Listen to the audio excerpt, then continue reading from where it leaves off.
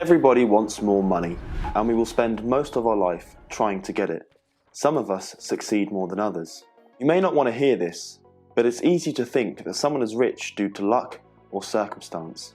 It's a nice cotton wool blanket that we use to cover up for our own guilt of not putting in the work to get the results that we wish for. Before I delve into the consequences of taxing the rich more, let's first talk about how much tax the rich currently pay. Of course, our definition of rich is all down to our interpretation.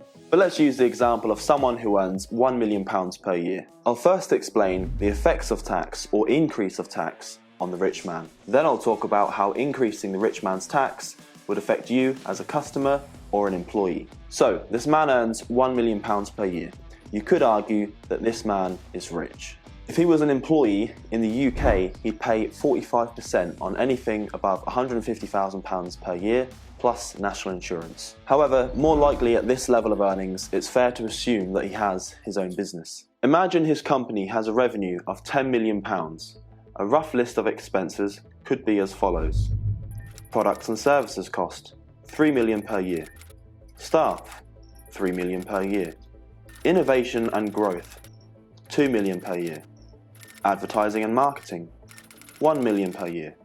And finally, profit, £1 million per year.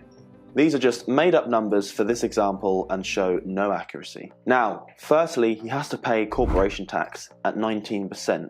And then, if he wanted to pay himself a salary, he'd have to pay the higher tax rate of 45%. Let's also assume he pays into a pension at 5%. To spare you the maths, after these deductions, he's left with £418,186 from a £10 million revenue company. But no, let's tax him some more because he's rich. Never mind the risk he took to start that business, the failed businesses he's been trying to create for the past 10 years, the absolute stress of hard work and not knowing if he will ever succeed, the family time that he's had to sacrifice to build this business from scratch, which provided 50 more jobs in the country. Never mind all that. Let's tax him some more. But enough about him. Let's talk about how this affects you. You, the everyday person who's probably sitting on the sofa doing absolutely nothing with your life, just moaning about how the rich should pay more tax. Just kidding. No, I'm not. Don't be such a snowflake. So let's say we wanted to tax the rich 70%. Let's also say in this case that it's a massive food chain like McDonald's. With a massive cut in profit, what do you think would happen? Let me tell you. The price of products would have to increase to account for the loss of earnings. So now your $1 cheeseburger is now $2. Wages. Well, they're going to have to cut wages because they can no longer afford to pay as much. They also won't be able to afford to employ as many people. Let's talk about more longer-term serious effects. If you knew that you were going to be taxed at 70% before starting a business, and you also knew that 90% of businesses fail, would you really risk putting your life on the line to start a business? Sacrifice your own money, sacrifice relationship time, sacrifice your actual wealth, which is time in terms of years of your life? Because these businesses don't start themselves, you know. You don't just think, hey, I'll start a business and instantly you're making profit. And if you do make a profit, bang, we're going to take away 70% and you'll be left with 30%. Boom, your wife divorces you. Now you're left with 15%, if you're lucky. Not to mention that with higher tax, the percentage of businesses that fail will be even higher. Or if they were once a successful business, now they may have to cease trading. So there will be less products, services, and jobs for everyone. So my point is this, if people have no incentive or much less incentive to start a business or fail to create a functioning, profitable business due to higher taxes, then this also means a lot less jobs for people, higher risk of economic collapse, and that means no money for anyone. If that's not bad enough, how about the people who manage to make it and have a functioning business?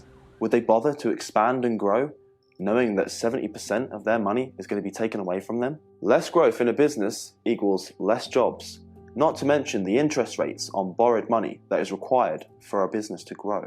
Let me give you a quick example of a family restaurant business. They worked hard on this business their whole life, lived frugally, and saved all their money into their business. Imagine, after 30 years, they amassed £2 million and they wanted to finally cash out.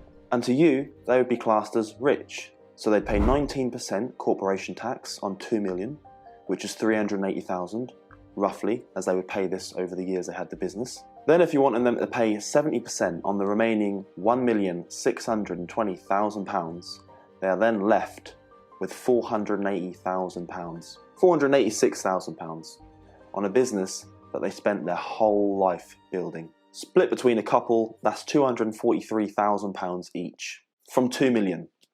They would be lucky if that lasted them 5 years. They wouldn't see an ounce of luxury that they worked all those years for. The rich do not steal from the poor. They provide value, which is something that not everyone does. And we should be doing everything that we can to support economic growth, because it's better for everyone. Without the rich providing jobs and value, we would all be poor. Of course, most people want to believe that the rich are bad and greedy people. It's the picture the media paints us, and it also helps our ego by believing that they have that money by ill means. Taxing the rich more isn't going to help your laziness or jealousy, and it certainly won't help you financially. Have a good one, guys.